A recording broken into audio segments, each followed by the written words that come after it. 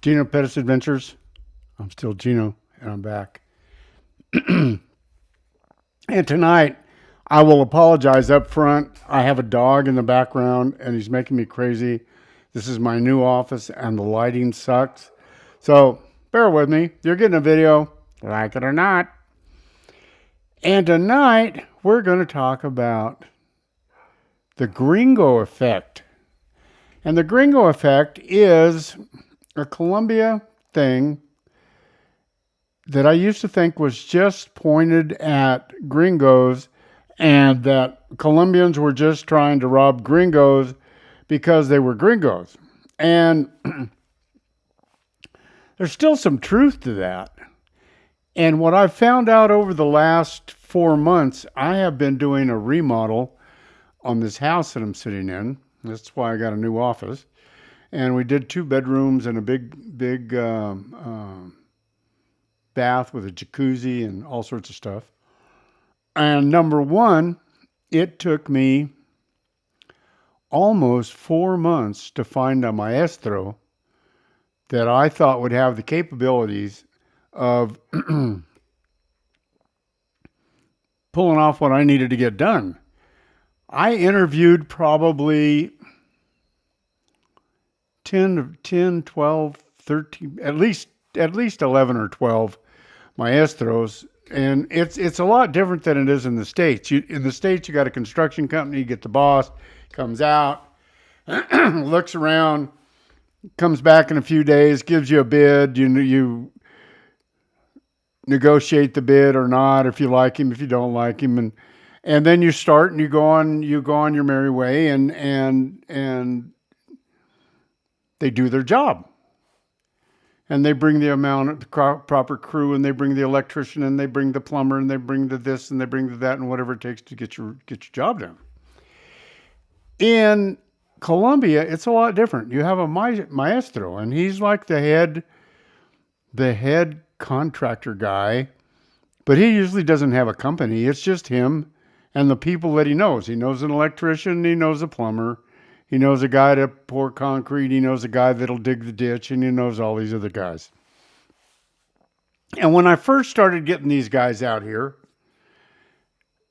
you'd say, well, I'd take them out by the side of the house and I'd show them, this is what I want to do. I want 2 bedrooms and a bath here, and I want it to attach to the house, and I want it to look like it was built when the first part of the house was built.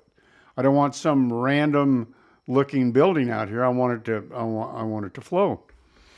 And the first 2 or 3 guys just gave me this deer in the headlights looks like, are you an idiot or what? I mean, we're going to build it the way we build it, and that's the way we build it. And I would go, no, that's not happening. Or they would come up and say, well, all right, it's going to be 300,000 pesos per square meter. Okay. And that's for what? Well, come to find out, that's just for the labor. That's just for him and his crew. And he doesn't even know what you're going to build yet, what materials you're going to use, what do you want, how you want it done, how you want it finished. He doesn't know anything. I just throw this random price out at you. It took 4 months of going through that craziness and almost just saying, no, I'm not doing this. Until Don Nestor came up and he said, well, let's see. I said, well, what I really need is I need a price list. I need to know how much concrete we're going to need, how much steel we're going to need, how many tiles we're going to need, how many bricks we're going to need. And why don't you come back tomorrow and we'll spend a half a day and do that? He goes, no.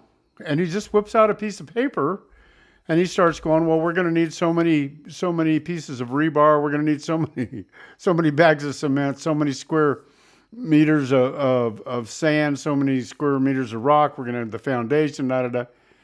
Man, I was impressed. I was totally impressed. So we sit down and we had a plan, and we negotiated a price for him and the labor, and then I would buy all the stuff, because that way they weren't making a 10 or 20% on top of me on the buying the materials, which he probably did some of that anyway, but it's okay. But what I found out in that whole deal, and it was supposed to be done in 90 days, and tomorrow we're bordering on 120, 140 days. But tomorrow it's going to be done. All we lack is the wash basin in the bathroom, some of the fixtures, and we got to paint one railing. And it turned out really beautiful. But the whole point of this video is I used to blame it just on being a gringo. And they will try to take advantage of you if you are a gringo or any kind of foreigner. But what I didn't realize, they're just as hard on their countrymen. They will rob their countrymen, squeeze their countrymen. I mean, it is a battle. It is a daily battle on the price. They will say, okay, I will do these 2 pieces of furniture for you, and it's going to cost you X amount of dollars. Just say $300. And so you go to pick up the first piece of furniture and go, oh no, that wasn't for both pieces. That was just for one. And that not only happens to me, that only happened to me, but I watched them do it to their countrymen. So I guess I owe Colombia an apology for that. If you're gonna negotiate something where you need a deal, just get ready. Just get ready for the battle. You're going to have to negotiate a price on everything.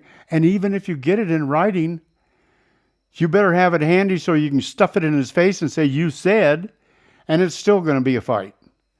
So I'm a pretty shrewd negotiator and I'm a good salesman. But I'll tell you one thing. The last 4 months have gotten on my last nerve. And if I could have quit 2 months ago, I would have, but I couldn't. And here we are. Tomorrow is going to wrap it up for the most part. You know, there's going to be some cleanup and stuff like that. But I told a lot of people to begin with that if you come here and expect and think you're going to build a house, well, you can. And you can get it done.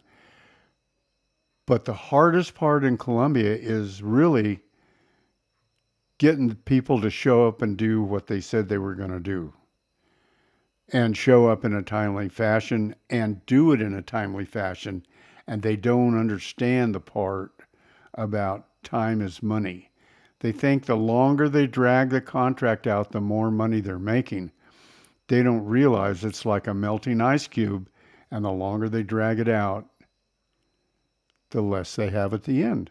So that's just a quickie. Just, hey, what's up? So if you're going to come to Colombia and want to build a house, just get ready, brother. It will stretch your patience to the end.